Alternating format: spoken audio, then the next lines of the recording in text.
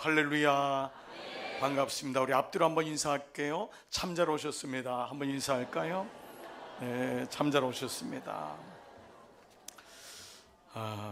여러분 반갑습니다. 여러분 아침부터 예배 드리시고 피곤할 터인데 여러분 참 대단하신 것 같아요. 저도 오늘 4번 설교했어요. 4번 설교하고 1시간 20분 걸려서 우리 여러분 교회 와서 아까 담임 목사님이랑 식사한 게 오늘 새벽에 5시에 일어났다가 처음 앉은 거예요. 그러니까 여러분 제가 오늘 설교하다가 잘 수도 있어요. 그러니까 여러분 혹시 졸면은 너무 피곤해서 그런가 보다 그렇게 생각하시고, 그러나 안 잘 거예요. 그래서 여러분 오늘도 하나님이 우리에게 귀한 집회를 허락하셨는데 그냥 허락하실 이유가 없으리라 믿습니다. 분명히 예비하신 뜻이 있을 줄 믿습니다. 우리 사랑하는 목사님하고는 저는 39년 전에 만났어요. 학교에서. 제가 목사님의 선배입니다. 모르셨죠? 네, 저는 군대 갔다 와서 이제 복학을 했는데 우리 목사님 학번이랑 이렇게 만나게 돼서, 근데 제가 가장 가깝게 만난 이 학번이고 그룹이었어요. 제가 목사님 만나자면 너무 오래간만에 만난 거예요. 그러니까 그 39년 전에 새파랐을 때 만났는데 이제 다 늙어서 이렇게 머리가 하얘가지고 만났는데, 제가 만나자마자 우리 담임 목사님한테 기억나는 게 있어요. 목사님은 그때 감리교 신학대학교가 그렇게 많이 기도하고 이러진 않았어요, 사실은요. 그런데 제 기억에 탁 남는 게 정말 기도 열심히 했어요. 예, 지금 아멘할 타이밍이에요. 예? 여러분의 목사님 얘기하고 있는 거예요. 정말 제가 만났을 때 그러니까 기억이 그때 정말 새롭다. 정말 열심히, 얼마나 순수하게, 물론 공부도 정말 열심히 하셨어요. 그럼 나중에 이제 우리 군목으로도 가시고 했지만 정말 기도 많이 하시고 제 마음속에 그 기억이 오랫동안 남아요. 그건 뭐냐면 기도하는 사람 눈에는 기도하는 사람이 보이는 거예요. 지금 제 칭찬한 거예요. 정말 오래간만에 만나니까 얼마나 감사한지, 그리고 정말 목회를 얼마나, 저는 그때도 기대가 됐어요. 정말 잘하실 거다. 그런데 이렇게 하나님 귀한 역사를 이루시고, 저도 잠깐 들었지만 여러분 올 5월달 하나님 뭐 이제 3월 5월이든 봄에 하나님의 놀라운 은혜가 있을 줄 믿습니다. 정말 여러분 대단하세요. 정말 하나님의 은혜인 줄 믿습니다. 저는 오늘 이제 여러분과 함께 4번이라는 길지 않은 시간이지만 룻기에 대해서 좀 말씀을 나누려고 해요. 저는 어느 교회든지 가면은 첫 번째 집회는 무조건 룻기를 합니다. 왜냐하면 이 룻이 저를 살렸고 룻이 우리 가정을 살렸기 때문에 그래요. 저는 이 말씀이 4장밖에 안 되지만 너무 짧은 말씀이지만 이제 오늘부터 1장, 내일은 2장, 모레는 3장, 수요일 저녁은 4장, 이렇게 4장밖에 안 돼요. 그래서 룻기라고 하는 이 여인을 통해서 하나님이 어떻게 역사하셨는지, 그래서 제가 만난 하나님을 여러분도 이미 만나셨지만 다시금 회복하는 시간이 될 줄 믿습니다. 자, 그래서 여러분하고 제가 숙제가 있어요. 여러분들이 오늘 저녁에 돌아가시면 룻기는 4장밖에 안 돼요. 그래서 여러분 중에는 이미 아시는 분도 있을 거예요. 물론 담임 목사님 통해서 말씀을 분명히 묵상하셨을 거예요. 그러나 다시 여러분 집에 가셔서 4장이니까 한번 읽어보는 거예요. 아멘. 예. 그리고 이제 이 4장이니까 룻기를 통해서 하나님이 어떻게 이 일을 이루시는가. 자, 롯하고 룻은 달라요. 롯은 아브라함의 조카예요. 그렇죠? 그 룻은 다른 여자예요. 롯은 남자지만 룻은 여자잖아요. 그렇죠? 영어로 이제 루스라고 하는 여자인데 여러분 좀 놀랄 준비를 하셔야 돼요. 아는 분은 더 놀라시고 더 아멘 하시는데 이 룻이 누구냐 이제 놀라셔야 돼요. 제가 얘기할 테니까 안 놀라시면 안 돼요. 이 룻이 누구냐면 다윗, 여러분 예수님의 그림자인, 그렇게 여러분이 좋아하고 사랑하는 다윗의 증조 할머니예요. 알아도 여러분 놀라시는 척을 해야 된다 그랬어요. 여러분 놀랍잖아요. 자, 미리 말씀해. 여러분 읽었지만, 오늘 부목사님의 말씀을 읽었지만 룻은 모압 여인이에요. 이방 여자. 이 룻은 예수님 당시에도요, 죄송해요, 이방 여자는 길에 지나갈 때 돌을 던져도 돼요. 겁탈해도 아무도 뭐라고 안 해요. 왜냐하면 이방 여자는 개보다도 못하고, 그게 이방 여자의 위치예요. 그런데 예수님 오시기 전에 1000년 전이에요. 1000년 전이면 어느 정도겠어요? 그러니까 그때 이방 여인이신 룻을 통해서 다윗이 나요. 이제 좀 놀랐어요. 놀랍지 않으세요? 정말 놀랍죠. 그러니까 예수님이 이방 여인의 피를 통해서 오셨다는 거예요. 그러니까 다윗이 여러분 유대인의 피가 아니라 이방 여인을 통해서 구원의 역사가 이뤘다는 거는 이 룻기를 통해 이미 구원의 역사가 어떻게 흘러오는지 정말 성교적인 눈으로 봐도 이 말씀이 어떤지 우리가 이제 알게 되죠. 그래서 오늘은 이제 여러분과 함께 여러분 자기 성경도 한번 펴시고 그리고 앞에 있는 PPT를 통해서 우리 한 절 한 절 가능한 대로 말씀을 읽으면서 함께 좀 말씀을 나누고 싶습니다. 자, 먼저 1장 1절 오늘은 이제 시작이니까 좀 배경적인 얘기와 여기 등장인물을 좀 먼저 한번 알아볼게요. 자, 뭐든지 성경은 처음 등장하는 단어가 중요하잖아요. 자, 1장 1절 한번 보세요. 처음에 뭐가 등장하죠? 사사들이 치리하던 때에 이 사사란 단어가 나와요. 자, 우리 모세 오경을 한번 시작해 볼게요. 창세기부터 창세기, 출애굽기, 레위기, 민수기, 신명기 이게 모세 오경이잖아요. 신명기 때 여호수아로 이 여호수아로 가면서 가나안 땅으로 들어가는 거예요. 이해가 되시죠? 자, 그 이스라엘 백성이 이제 가나안으로 출애굽해 가지고 이제 가나안에 들어갈 때 여호수아를 통해서 들어가잖아요. 그러니까 신명기가 그 말씀이에요. 너희가 가나안 땅에 들어가면은 이런 일이 있을 거다. 거기 있는 사람들이 하나님을 모른다. 이제 이런 얘기를 하면서 가나안에 딱 가면은 이 율법책을 떠나지 말고 말씀대로 살아야 된다. 그런데 신명기 다음에 뭐냐면 사사기예요. 여호수아, 신명기, 여호수아. 그 다음에 사사기인 거예요. 그 다음에 룻기인 거예요.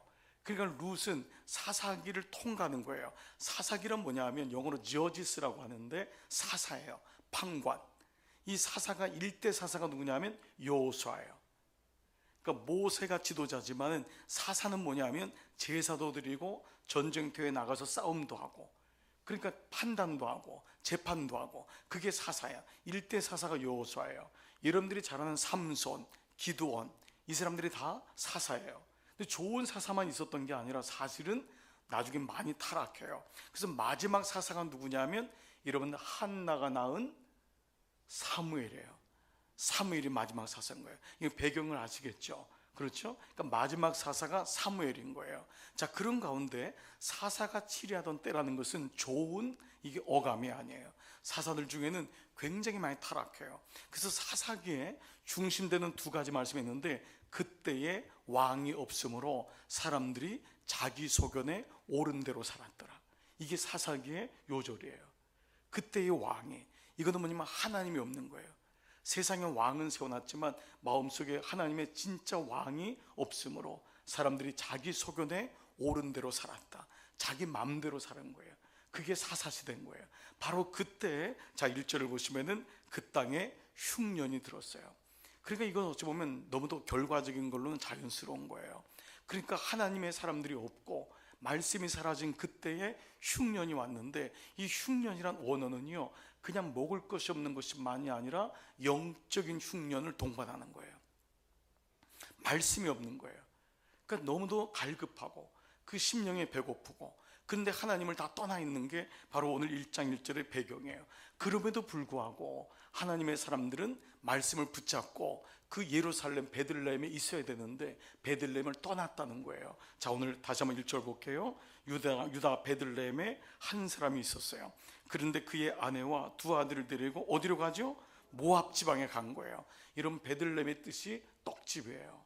생명의 떡. 그래서 미가서 5장 2절에 보면은 유다 이 베들레헴 에브라다야 너는 마을 중에 작지 않다. 네 마을에서 그리스도가 나온다. 바로 예수님이 이 땅에서 오신다는 거예요. 그러니까 베들레헴 자체가 떡집이라는 의미를 가지고 있어요. 룻기는 4장밖에 안 되지만 미리 말씀드린 대로 다윗의 증조 할머니가 되는 룻을 통해서 구속사적인 말씀이 짧은 말씀인데 이루어지고 있어요.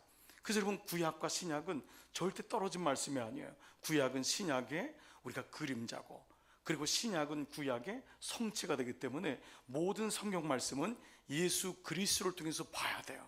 그러니까 오늘 여러분 룻기에서 우리는 놀랍게도 여러분 예수님을 보게 될 거예요. 자, 그런 의미에서 본다면 떡집이신 예수 그리스도 떡집이신 베들레헴에 머물러 있어야 되는데 이 사람들이 그저 세상 좋은 모압으로 간 거예요. 여기서부터 우리에게 숙제를 던지고 있는 거예요. 나는 말씀을 붙들고 있는가? 아니면 나는 교회보다 믿음보다 더 좋은 세상이 내 마음을 움직이고 있는가? 당시에 모압은 베들레헴보다 훨씬 잘 살았어요. 이 사람들이 이민을 갔는지 왜 그런지 모르지만 두 아들을 데리고 갔는데 2절에 보니까 그 사람이 누구냐? 엘리멜렉이에요. 남자가. 그리고 여자가 누구죠? 나오미예요. 자, 2절 보시면 여러분 계속 보이시죠?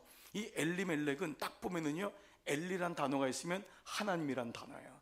엘리 엘리 라마 사박다니, 엘리야, 엘리사. 이 엘리는 하나님이란 단어예요. 그러니까 이 뜻이 뭐냐 하면 이 하나님은 나의 왕이다. 이게 엘리멜렉이에요. 그러니까 누가 봐도 이 사람은 레위 지파예요. 흔한 말로 우리 보면은 권사님, 장로님이에요. 이 사람은 믿음의 사람인 거예요. 엘리멜렉 이름 자체가. 그러면 그의 아내 이름이 뭐죠? 나오미라 그랬어요. 나오미는 조이, 기쁨이란 뜻입니다. 그러니까 흔한 말로 이 사람은 교회에서 만난 사람이에요. 네, 웃지도 않으시네요. 네, 그러니까 교회 안에서 만나서 모태신앙, 둘이서 예수를 잘 믿었던 사람이에요. 근데 어느 날 이 사람에게 자식이 낳았는데 첫째가 누구냐면 기련이에요. 근데 여기 누가 먼저 나왔죠? 말론. 이건 뭐냐 하면 이 룻이 이 말론의 아내예요. 이 룻이기 때문에 이 말론이 먼저 나오지 않았을까? 성사학자들은 그렇게 예측을 해요. 근데 첫 번째 아들은 누구냐면 기련이에요. 두 번째 아들은 말론이에요. 자, 이름의 뜻들이 중요해요. 기련은 뭐냐 하면 병약하다요. 애가 태어났는데 너무 기련은 뭐냐? 소비하다요. 소비하다. 그러니까 이 아들한테 모든 걸 다 쏟아 부은 거예요. 그런데 남는 게 없네요. 아들한테 쏟아 부은 거예요. 이 아들이 전부인 거예요. 그래서 아들한테 쏟아 부었는데 여러분 이제 오늘 말씀을 통해 보지만 이 아들 둘 다 죽습니다. 그리고 둘째 아들이 누구냐면 말론이에요. 말론은 어릴 때부터 병약해요. 이름이 병약해요. 병들어서 태어난 거예요. 그러니까 이 두 부부가 열심히 벌어서 자녀들이 인생의 전부인 줄 알고 투자를 한 것 같아요. 그런데 첫째 아들은 소비야. 그냥 밑 빠진 독이야.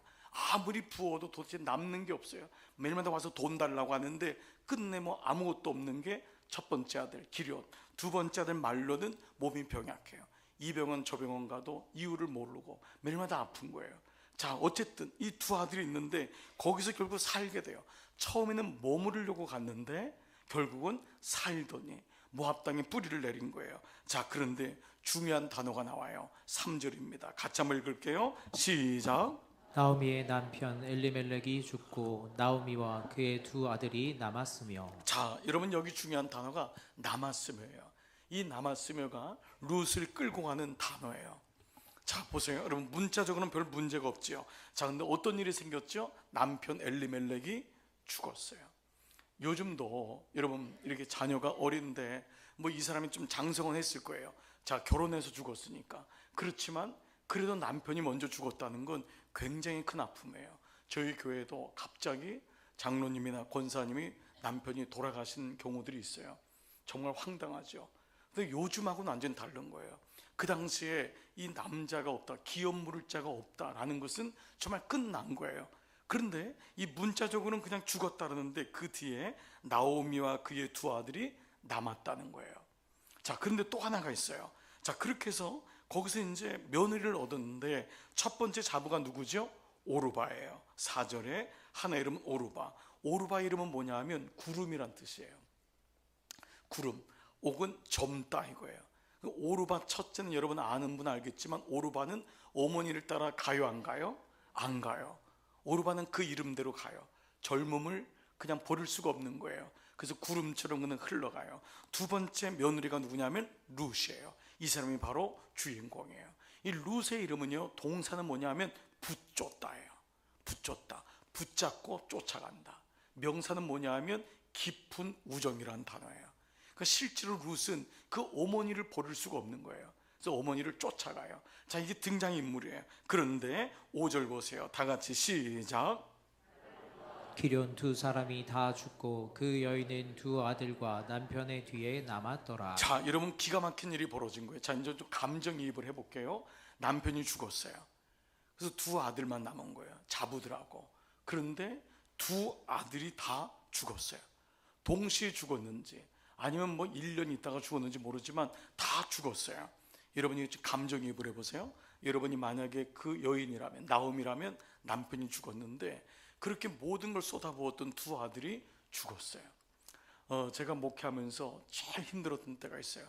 미국에서 저는 한 22년을 이제 이민 목회를 했는데요. 그 마지막에 있었던 미시간의 디트로이트 교회가 작지 않은 교회였어요.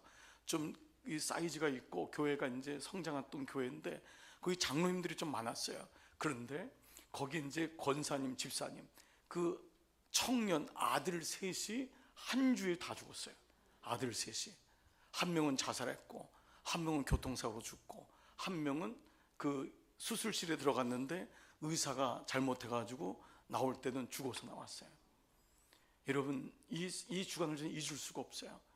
정말 어떻게 했는지 모르겠어요. 신방 가서 뭘 했는지도 모르겠고, 예배 때마다 너무너무 힘들었어요. 여러분, 거기서 무슨 말씀을 드리겠어요? 하나의 장례식을 끝냈는데 그 다음에가 자살했다는 거예요. 그 다음에 애를 장례지는데 그 다음날 장로님 아들이 병원에 가서 죽어서 나온 거예요. 다 20대인 거예요. 정말 감당을 못하겠더라고요. 하물며 예배를 인도하는 제가 이런데 부모님들은 어떻겠어요? 이건 정말 말도 못하는 거예요.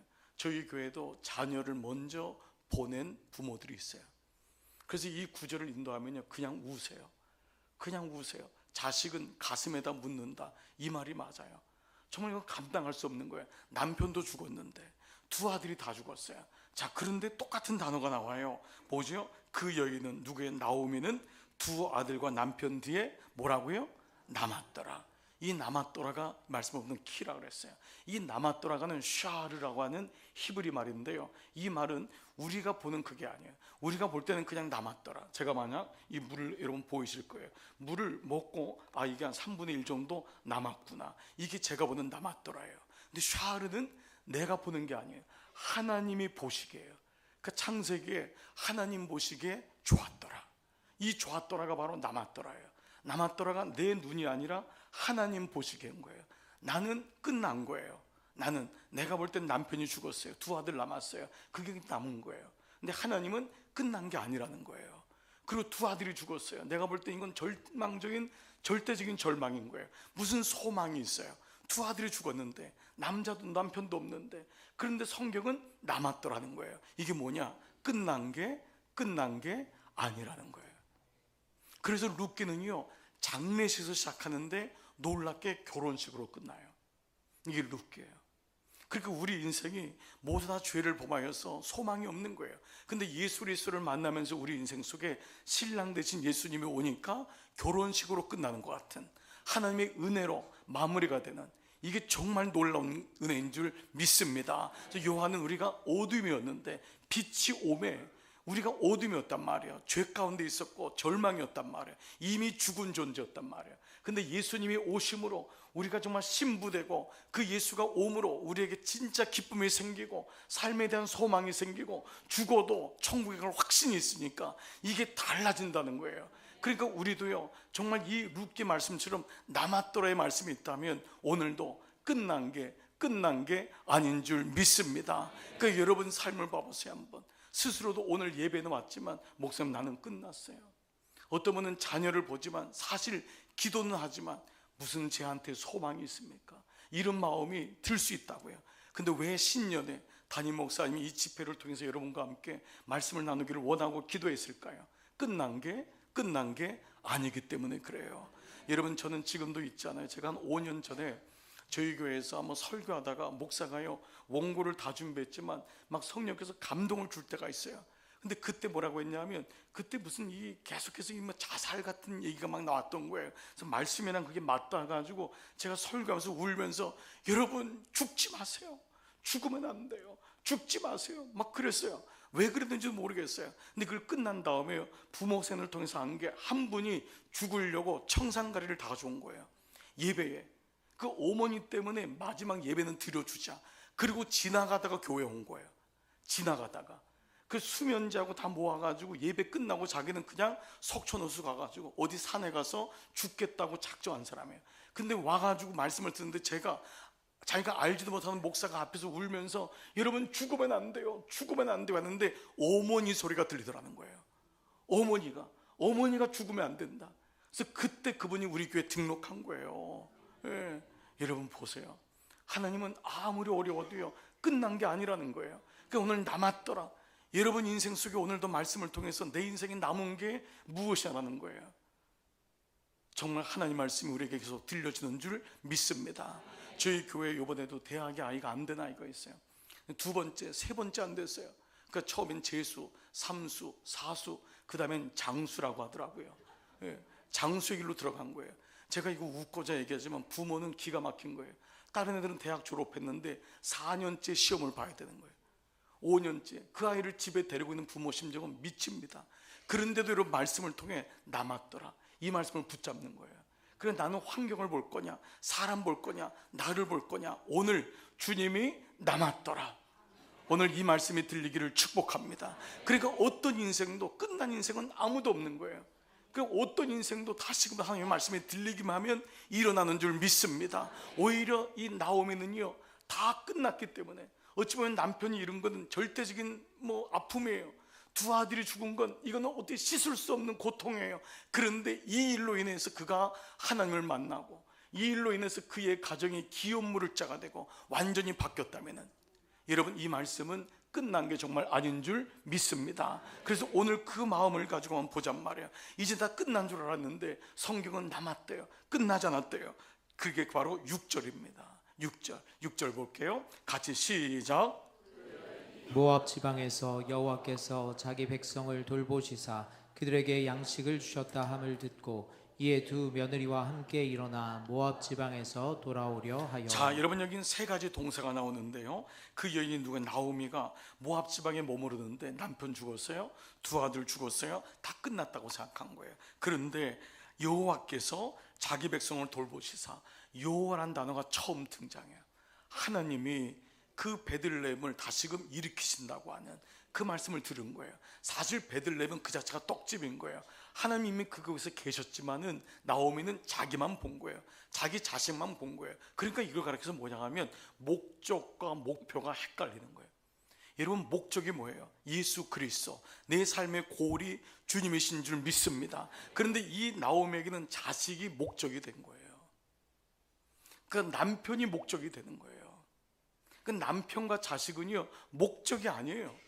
우리 인생의 진짜 목적이 하나님일 때 그것이 선물이 됐는데, 이 자식이 목적이 되니까 자식을 위해서 자신의 삶을 바뀌는 거예요.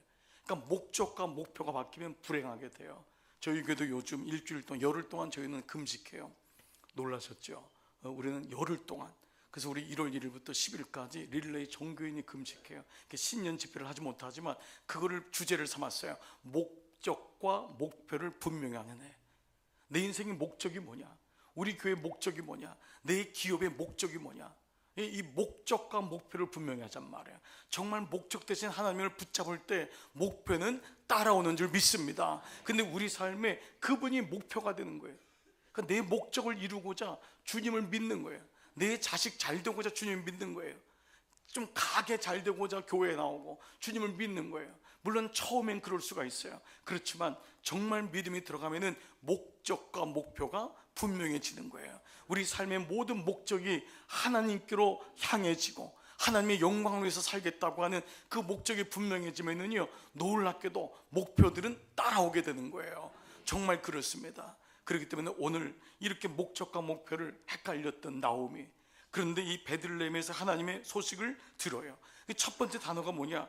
그들에게 양식을 주셨다함을, 이 기근이었는데, 흉년이었는데 양식을 주셨다함을 첫 번째 뭐죠? 듣고예요. 동그라미 듣고.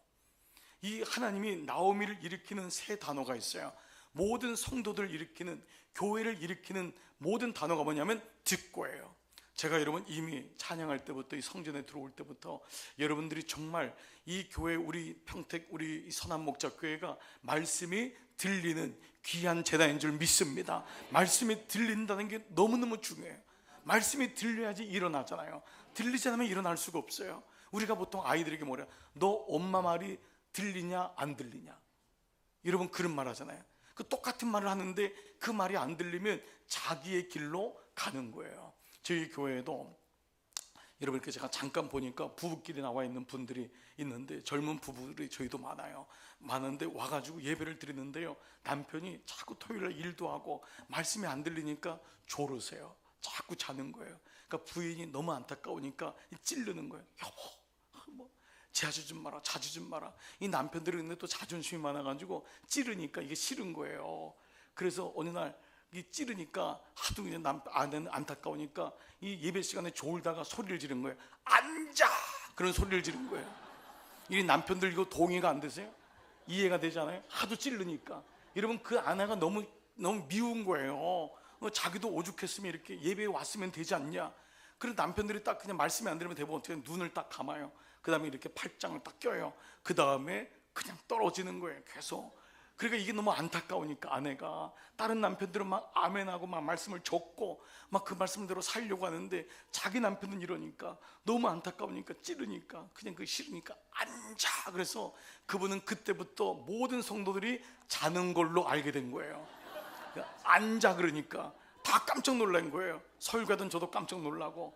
자기가 얼마나 창피한 거예요. 근데 그 일로 인해서 모든 성도들이 만나기만 하면 오늘도 주무십니까? 오늘도 안 잡니까? 그러니까 이제 잘 수가 없겠구나. 그러니까 말씀을 이제 눈을 뜨기 시작한 거예요. 눈을 뜨는데 어느 날은 이제 가다가 야, 목사님 말씀이 이렇구나. 얘기가 조금씩 들리는 거예요. 당신이 말씀이 들리는구나. 그러면서 이제 차 안에서도 얘기하고 아내는 너무 기쁜 거예요. 근데 어느 날 이 남편이 그러는 거예요. 야, 근데 오늘은 왜 목사님이 라면 얘기를 하냐 했더니 왜 무슨 얘기 했더니 라면 세계를 어떻게 사냐. 왜 목사님이 이 얘기를 하셨을까? 목사님이 라면 값을 모르나 했더니 이 아내가 당신 또 작구나.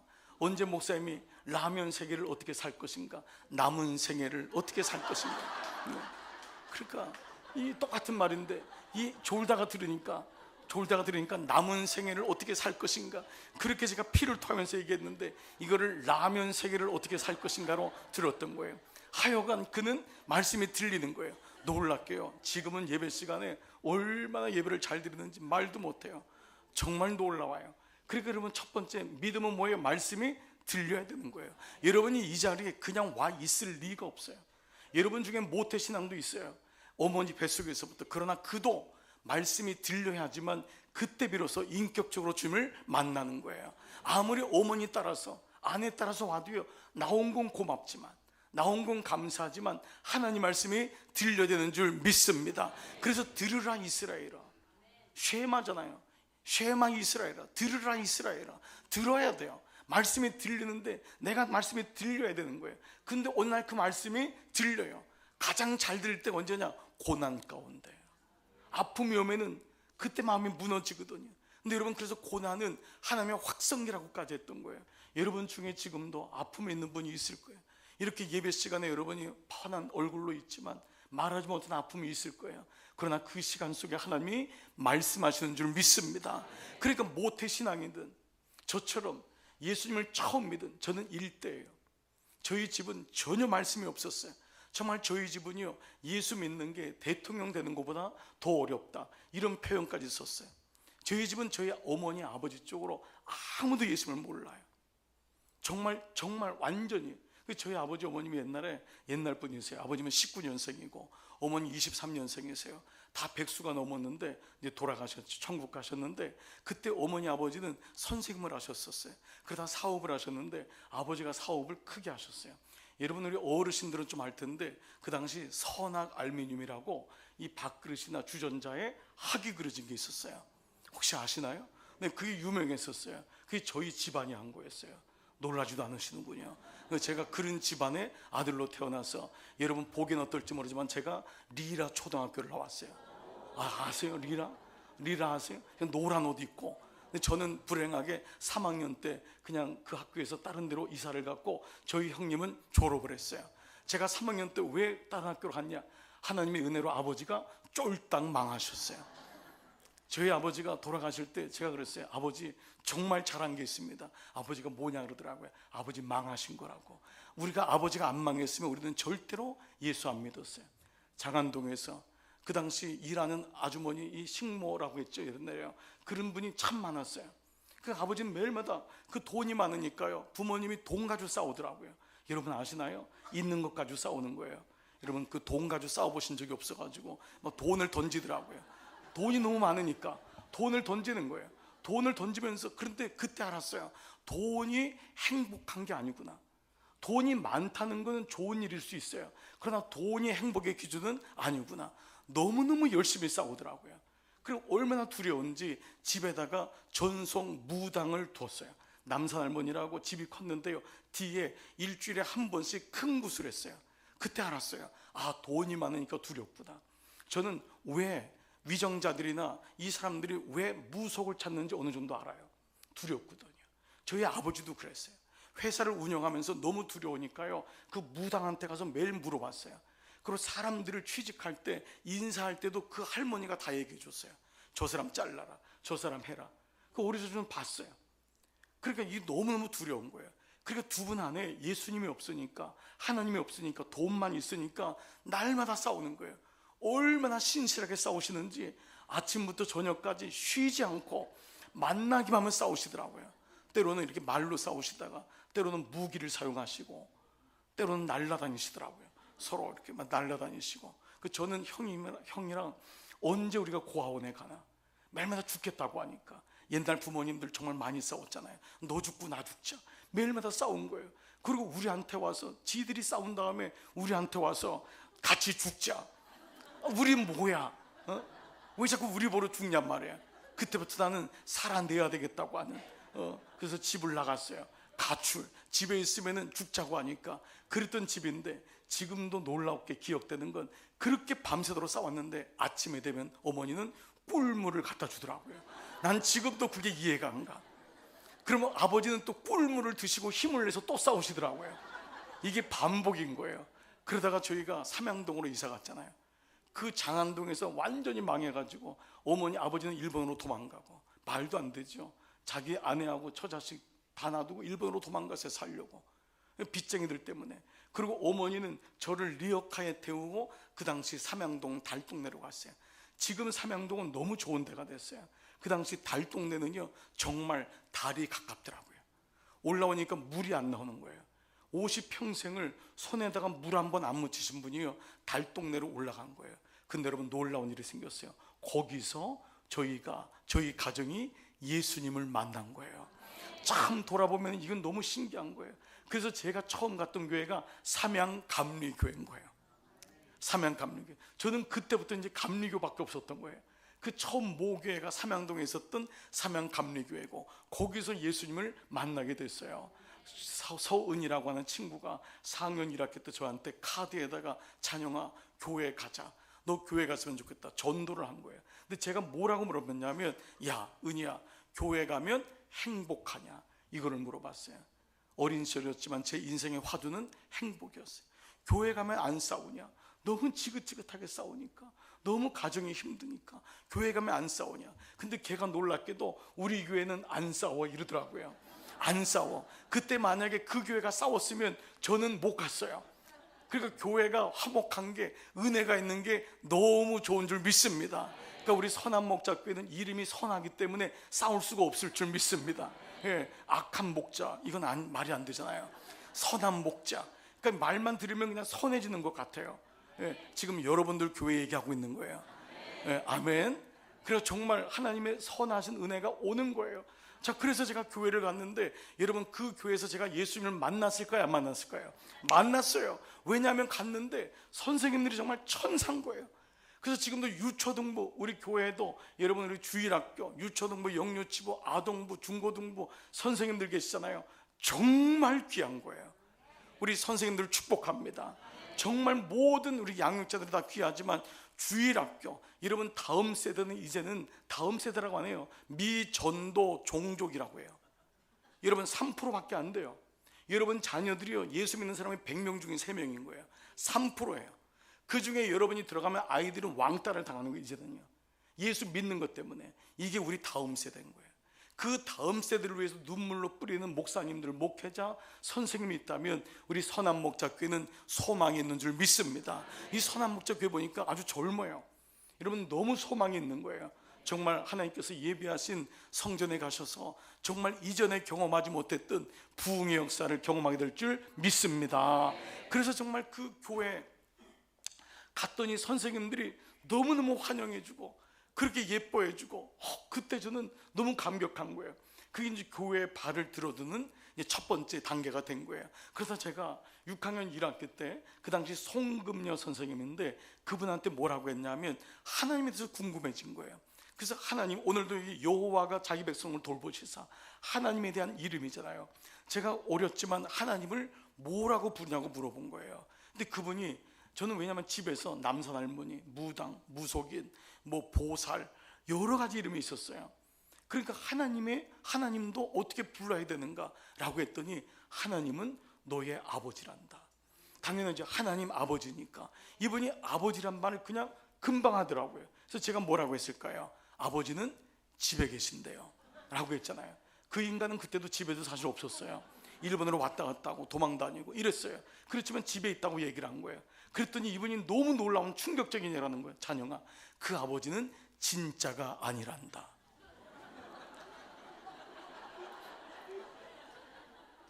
나는 그때 우리 집이 그런 줄 알았어요. 이러니까 콩가루 집안이었구나. 이게 드라마에 나오는 집이 우리였구나. 그 인간이 진짜 아버지가 아니었구나. 그래서 선생님이 하는 말이, 그 아버지는 너를 낳아주고 길러주지만은 잠시 있다가 떠나가는 아버지야. 하나님 아버지의 그림자란다. 너무도 명확하게 설명을 해주는 거예요. 복음에 대해서 이 손 선생님이 너무도 명확하게 알고 있는 거예요. 그 아버지는 비록 부족하지만 하나님의 그림자란다. 너가 클 때 어느 순간에 너를 떠날 수밖에 없다. 너의 진짜 아버지는 하나님이라는 거예요. 6학년 1학기짜리가요, 그 얘기를 듣는데요, 닭똥 같은 눈물이 뚝뚝뚝뚝 흘렀어요. 막 그게 너무 감격이 되는 거예요. 그게 제가 처음으로 거듭나는 시간이었어요. 말씀을 듣는데 감동이 되는 거예요. 그 얘기 자체가 너무도 감격이 되는 거예요. 하나님이 내 아버지라는 게 너무 좋은 거예요. 그리고 그 집에 있는, 그 일본으로 왔다 갔다 하는 그 아버지가 가짜라는 게 순간 너무 고마운 거예요. 그분이 진짜라면 우리 엄마를 그렇게 때릴 리가 없어요. 그분이 진짜라면 그렇게 도박하고 술 먹고 바람 필 리가 없어요. 그분이 진짜라면 우리 놔두고 일본으로 도망갈 리가 없어요. 그분이 진짜가 아니란 사실이 확인해진 거예요. 이게 복음에 들린 거예요. 복음은요, 진짜와 가짜를 구별하는 힘이거든요. 그 복음의 6학년짜리가 확실히 들리니까, 아, 하나님 아버지가 진짜 내 아버지고, 내가 의지할 분은 그분이고, 지금 집에 있는 분은 나를 낳아줬지만 그분은 진짜가 아니구나. 이게 복음이 들어온 거예요. 그러니까 복음이 들어오면 전하게 돼 있잖아요. 어느 날 집에 갔더니 아버지가 와 있더라고요. 그래서 아버지한테, 아버지가 진짜가 아니래요. 그 얘기를 한 거예요. 그래서 아버지가 눈이 동그래져가지고, 어디서 들었냐 해서, 교회에서 들었는데요, 그때 얼마나 얻어맞았는지 그냥, 근데 그 아버지가 그 얘기를 귀담아 들은 거예요.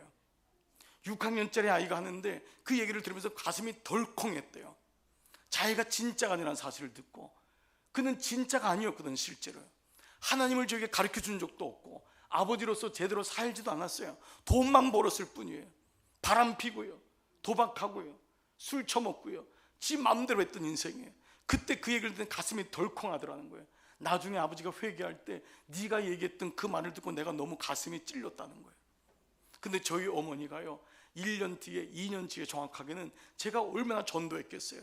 어머니한테 그 예수님을 전했으니까 그 어머니가 결국 예수님을 믿어요. 그리고 그 어머니가 제가 중학교 1학년 때 처음 교회를 간다고요. 그래서 눈물이 그냥 뒤범벅이 돼가지고 예수님 만났는데, 그 어머니, 저는 하나님을 아버지로 만나고 어머니는 신부로, 신랑으로 만난 거예요. 신랑 대신 예수님. 그 만난 다음에 감격하니까 또 자기 남편한테 가서, 여보, 나 진짜 신랑을 만났어. 그렇게 돼가지고 또 눈탱이 밤탱이 되게 또 맞고. 근데 그때 아버지는 이게 뭔지는 몰랐지만은 이 사람들이 뭔가 믿는구나, 말씀에 대한 확신이 있는 거예요. 어린아이가 말씀에 대한 확신이 있으니까요. 저는요, 새벽 기도를 6학년 그때 거듭난 때부터 새벽 기도를 하기 시작했어요. 6학년짜리가요. 견딜 수 없더라고요. 막 그 마음이 오니까 집에 봤죠. 어째 밥도 안 주고 불행하고, 교회가 천국이니까. 또 그 당시는 저는 다 새벽 기도 하는 줄 알았어요. 새벽에 나가니까 다 권사님들이 있고 장로님들이 있고, 거기서 기도를 배운 거예요. 그리고 아침에 일찍 새벽 기도 끝난 다음에 집에 가도 밥을 안 주니까 그냥 학교로 갔어요. 학교를 갔는데 그 송금녀 선생님이 저한테 성경을 전체를 줄 수가 없으니까, 이걸 책가방에 넣을 수도 없으니까, 그 당시 빨간 성경이었잖아요. 두툼한 거. 요즘처럼 좋은 성경이 아니잖아요. 이거를 청테이프로 다 갈라가지고 쪽 책자를 만들어 준 거예요. 그 잠언서를 주면서, 저에게 잠언서가 31장이니까, 찬영아, 넌 어차피 학원 갈 돈도 없고 너는 어차피 하나님만 의지해야 되니까 잠언서 가지고 지혜를 구하렴. 그래서 매일마다 가서 아이들 올 때까지 1시간 넘게 잠언서를 본 거예요. 나중에는요, 한 2년 지나니까요 31장 잠언서를 달달달달 외웠어요. 한 2년 지나니까 선생님이요 영어로 된 잠언서를 주더라고요. 영어로 된 거를 중학교 3학년 때 되니까 영어로 된 걸 주니까요 고등학교 때까지 매일마다 아침 일찍 새벽기도 끝나면 가는 거예요. 가서 영어를 읽으니까요 저는요 영어가 어렵질 않았어요. 학원 한 번 안 다녔는데 유학 가는 게 어렵지 않았어요. 지금 생각하니까 여러분 너무 놀랍잖아요. 하나님이 어떻게 인도하세요? 끝난 줄 알았는데 남았더라. 끝난 게 아니었던 거예요. 오늘 우리들의 삶에도 주님이 마찬가지로 역사할 줄 믿습니다. 첫 번째 뭐예요? 말씀이 들리는 거예요. 나오미에게 말씀이 들려요. 오늘도 여러분에게 하나님이 말씀하실 줄 믿습니다. 자, 그러면 두 번째 동사는 뭐예요? 보세요. 이에 두 며느리와 함께 뭐죠? 일어나. 동그라미 쳐보세요. 일어나. 첫 번째는 들려야 돼요. 말씀이 들리면 두 번째는 놀랍게도 일어나요. 말씀이 들리면 일어나는 거예요. 저희 어머니는 사실 정말 예수님 믿는 거 핍박을 많이 했어요. 제가 6학년 때 그렇게 교회를 다니지만 우리 집은 귀신을 섬기는 집이에요. 우리 집은 절을 세운 집이에요. 그러니까 여러분 그 어머니가 예수 믿는 게 용납이 안 되는 거예요. 너무 오래전부터 무속을 믿었기 때문에 제가 교회 가는 걸 그 용납이 안 되니까 성경으로 이 상으로 성경을 받아오면요 몇 권을 태웠는지 몰라요. 아궁에다 다 집어넣은 거예요. 나중에 이제 권사님으로 돌아가셨지만 어머니가 그러더라고요. 장 목사 어디 간증하러 갈 때 제발 내가 성경 태운 얘기는 하지 말아라. 나는 그 얘기를 듣고 하라는 얘기구나. 더 정말 얼마나 많이 태웠는지 몰라요. 왜냐하면 그 정도로 두려운 거예요. 하나님은 멀리 떨어진 거예요. 그랬던 그 어머니가 어느 날 완전히 항복을 한 거예요. 안 되거든요. 완전히 바닥을 친 거예요. 그러면서 나 같은 사람도 예수님 믿을 수 있냐. 그게 교회 나가는 처음 신호가 된 거예요. 얼마나 핍박이 많은지요. 제가 집에서 밥 먹으면요 이 밥을 다 치워요. 기도하면은요 밥 먹을 때 기도하잖아요. 그 제가 이제 믿음 배운 대로 하니까 그럼 밥을 다 치우는 거예요. 그러면서 하나님이 어디 있냐, 밥을 주냐, 반찬을 주냐 막 대놓고 그러는 거예요. 그래서 그때 제가 지혜를 깨닫고 밥 먹을 때 이 밥을 붙잡고 기도했어요. 못 가져가게 움켜잡고 기도하고 그러면서 어떻게든지 살아내려고 그랬던 그 시간들이 있었어요. 제가 신학교를 간다고 할 때 뭐 말도 아니었어요. 너무너무 못 가게 하고 그랬던 그 어머니가요 예수를 믿기 시작한 거예요. 왜냐하면 그 삼양동 가서 너무 절망이었거든요. 매일마다 죽자고 한 거예요. 삼양동에 남편도 없죠. 두 아들 키워야 되죠. 너무너무 힘든 거예요. 그런데 그 어머니가요 예수님을 믿으면서부터 놀랍게 일어나시는 거예요. 근데 그 일어난 첫 번째가 뭐냐, 곰 인형에다가 그 당시 1전짜리 눈을 붙이는 게 있었어요. 공장 가면 곰 인형에다가 그거 하루 종일해도 1,000원도 못 벌어요. 그거를 10대 거기 있는 여학생들 그 언니들하고 같이 그 50이 넘은 분이 그걸 한 거예요. 55살에 처음 교회를 나간 거예요. 55살에. 그러면서 그 두 아들을 먹여 살리기 위해서 어머니에게 말씀이 들어오니까요 부단히 일어나더라고요. 그 전까지 매일마다 죽자고 했어요. 죽자, 끝내자. 그랬던 어머니가요 거기서 눈에다가 이 붙이고요 그걸 와가지고 그걸 11조를 이 다림질해 가지고 드리고 그 예배 때마다 그렇게 또 울고 또 기운을 내서 가고 나중에 너무 이 본드가 강해가지고요 이 눈을 뜨지를 못하는 거예요. 밤에 이 본드가 들어와가지고. 그래서 제가 그 기억도 나요. 그 어머니를 업고 그 삼양동을 다 뒤졌는데 집에 의사가 있는 집이 있었어요. 집에서 의원을 하는 집. 그 집에 가서 이 세척하고 그랬던 기억이 아주 선해요. 그러다 어머니가 이걸 못하니까요 야구르트 장사를 하셨어요. 그 당시 여러분 지금은 야구르트 아주머니들이 이 붕 가더라고요. 이렇게 걸어가지 않고요 이 차를 가지고 쭉 가고. 그래서 저희도 교회 근처에도 아주머니들이 있어요. 그래서 제가 가면 저희 어머니도 야구르트 장사하셔서 저를 키웠어요. 한 분이 막 우시더라고요. 저희 어머니 야구르트 장사였어요. 아니 목사님 어머니가요 제가 그 야구르트 갈 때마다 막 사주거든요. 그러니까 기운 내셔야 돼요. 근데 어느 날 교회 뒤에 와서 앉아 있더라고요. 참 놀랍더라고요. 그런데 그 야구르트 장사하는데 그 당시 삼양동까지 이걸 어깨에다 메고 매일마다 다닌 거예요. 얼마나 힘들었는지. 그 노란 옷. 그래서 제가 제일 싫어했던 색깔이 노란 색깔이에요. 노란 색깔 트라우마가 있는 거예요. 노란 색깔만 보면 어머니 생각이 나고 어머니를 막 피하고 싶은 거예요. 어머니는 제가 학교에서 끝나고 오면은 그 차가운 걸 주려고 여름에도요 그 정문에서 기다리는 거예요. 나는 그게 너무 싫어서요, 친구들하고 가면서 우리 어머니라고 얘기를 안 하고 가는 적도 있어요. 제가 어머니 마음에 못을 박고 너무너무 창피해가지고. 근데 어머니는 그거를 시원한 걸 주려고 날 기다리는 거예요. 그 어느 날 그것도 매번 지나갈 수가 없으니까 뒷문으로 간 거예요. 근데 놀랍게 어머니는 뒷문에 가 계시더라고요. 우리 어머니는 어떻게 그렇게 내가 어디 있는지 다 아는지. 그 어머니를 잊을 수가 없는 거예요. 그 어머니 또 일일 공부를 하셨어요. 나중에 이게 너무 어깨가 아프셔가지고 일일 공부하셔가지고, 일일 공부는 그 당시 이렇게 뭐 이 공부해가지고요, 이렇게 수고해가지고 하는 건데, 이거를 다 그 산동네에 있는 사람들한테 다 준 거예요. 그러면 이걸 뭐냐면 이 수금을 하는 날이 있어요. 수금하는 건 엄마가 못 가는 거예요. 저를 보내는 거예요. 그 수금을 하면은요, 제가 그 산동네 다 돌아다녀야 돼요. 주소 하나 가지고. 근데 갔더니 우리 학교 여자애들이 너무 많은 거예요. 너무 창피한 거예요. 그 수금을 그 1,000원, 2,000원을 못 걷는 거예요. 근데 이걸 못 걷으면 우리 형이 학교를 못 가는 거예요.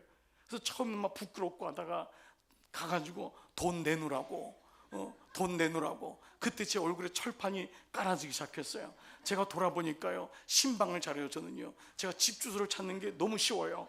우리 부목사님들이, 목사님 어떻게 이렇게 눈이 밝으냐는 거예요. 내가 그때 이미 산동네를 다 뒤졌거든. 그리고 어머니는요, 과일 하셨어요. 그 과일을, 집이 좁은 데다 애들 초등학교를 모아놓고 배추 받고 쌀 바꾸면서 과일을 했어요. 너무너무 창피했어요. 그 어머니가 이미 60이 넘어가지고 애들을 가르칠 때 힘이 들면은요, 저한테 가서 가르치라고 하는 거예요. 그러면 제가 가가지고요, 애들하고 2시간을 노는 거예요. 막 지금 막 얘기하고. 그때 알았어요. 저는 그때 성경을 잘 가르칠 수 있다는 것을. 돌아보니까요, 그때 고난의 시간이 너무 많았어요. 죽기보다 싫고 가난하고 쪽팔리고 창피하고. 그런데 돌아보니까 하나님이 그 모든 것을 만들어가는 과정인 줄 믿습니다. 여러분, 인생에는요, 흉년이 와요. 흉년이 없는 사람은 아무도 없어요. 다 아픔이 있다고요. 여러분 중에는 저 장로님은, 저 권사님은 아무 문제가 없을 거예요. 천만에요. 인생은요, 결핍과 혼돈이거든요. 이 결핍과 혼돈을 벗어난 사람은 아무도 없어요. 그런데 그것을 어떻게 받아들이고 어떻게 해석하냐가 중요한 거예요. 그러니까 오늘 나오미에게 여호와께서 자기 백성을 돌보신다는 말이 들릴 때 주어가 뭐예요? 여호와께서. 인생은 주어 찾는 거예요. 내가 주어인 줄 알았거든요. 나오미는 자식이 주어인 줄 알았거든요. 자기 남편이 주어인 줄 알았어요. 근데 드디어 여호와께서 자기 백성을 돌보신다라고 하는 여호와란 단어를 회복하기 시작한 거예요. 오늘 이 은혜가 여러분 가운데 있기를 축복합니다. 오늘 사실 갑자기 떠오르는 게 2부 예배 끝났는데 한 분이 부목사님이 데려왔어요. 한 청장년인데 너무너무 몸이 아프대요. 목사님 급하게 기도를 해달라는 거예요. 멀쩡하게 생겼는데 너무너무 배가 아프고 병원 가도 문제가 없다는 거예요. 그래서 기도해 줬어요. 그랬더니 하는 말이, 잠깐 그 예배 시간 사이인데 하는 말이, 제가 하나님을 정말 신실하게 섬기다가 어느 날 주님을 떠난 지 몇 년이 됐다는 거예요. 시험에 들어가지고. 시험 들어도 주님 놓치면 안 되는데 그냥 시험 들으니까요, 주님도 놓치고 교회도 놓쳐버린 거예요. 그 시간이 5, 6년 흐른 거예요. 그러다가 우연치 않게 저희 교회로 온 거예요.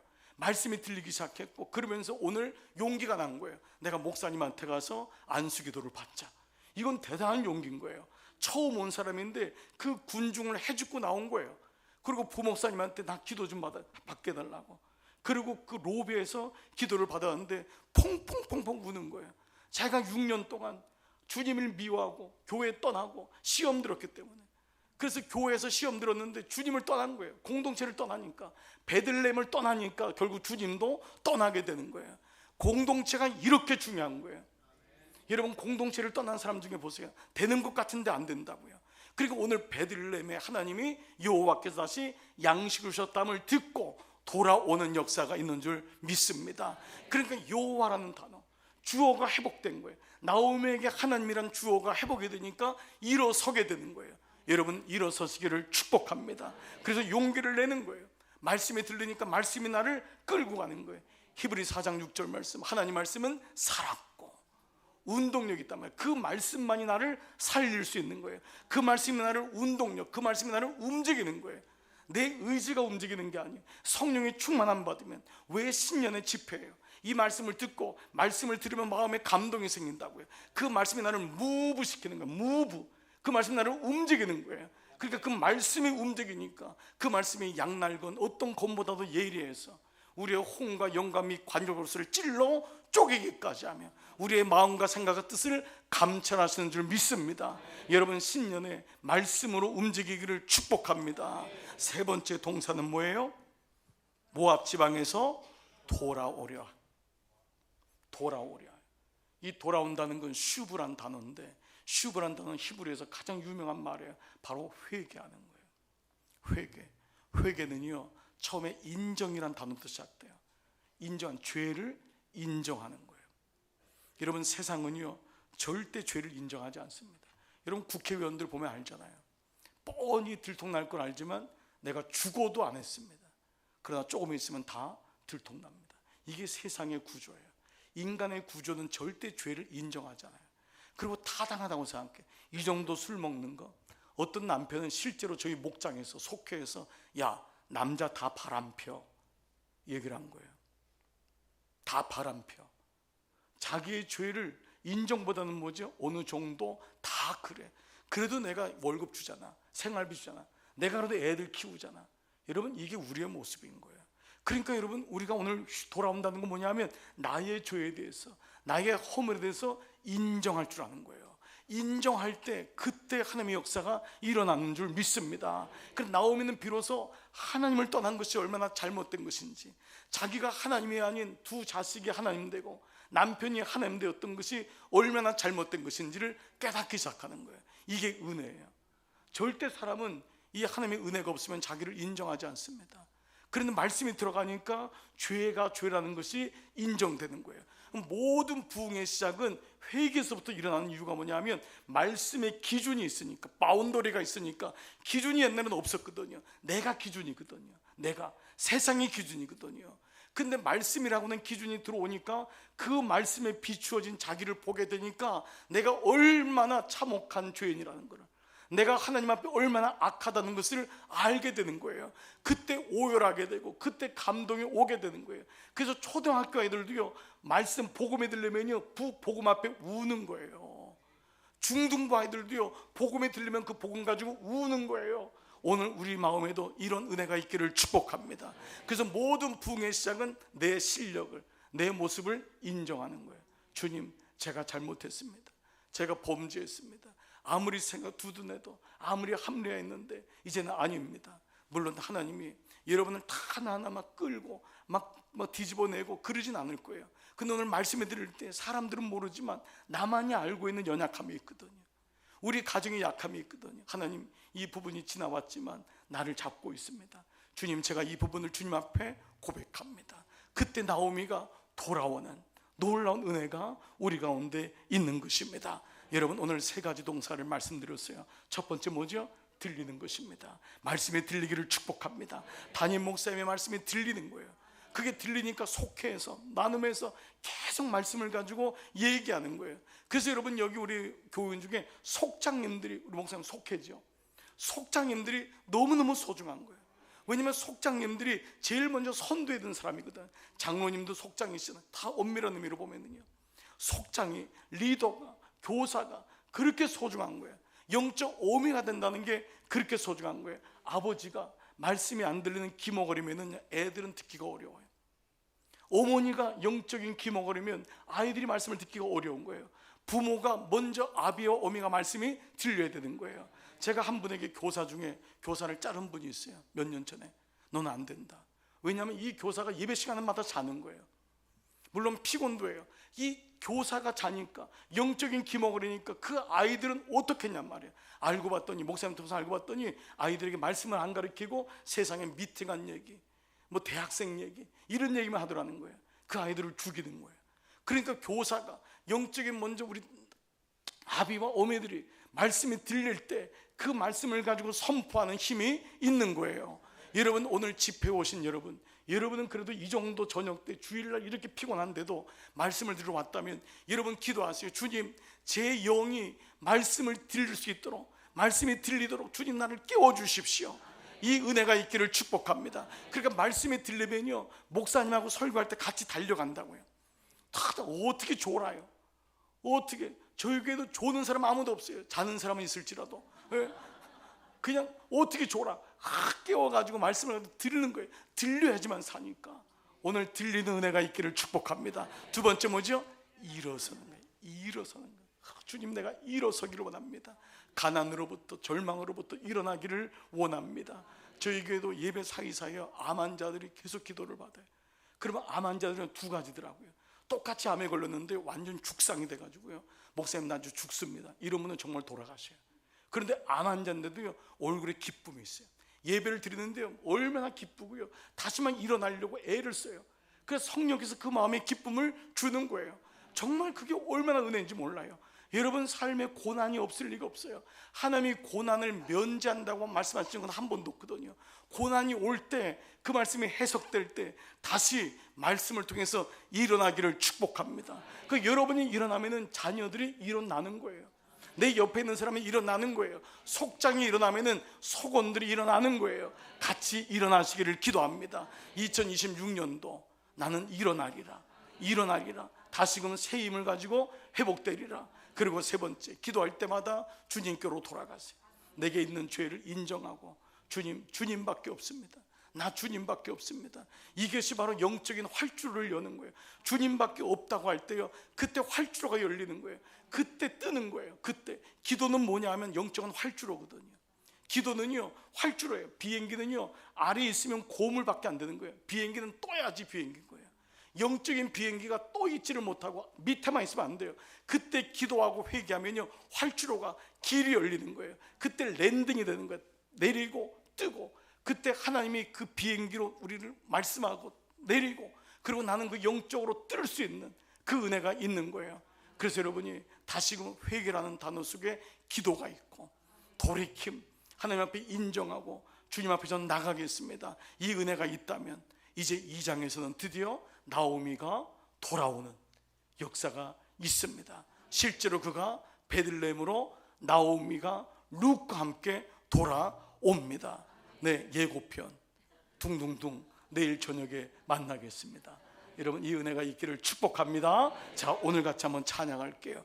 한번 이 찬양 같이 고백했으면 좋겠어요.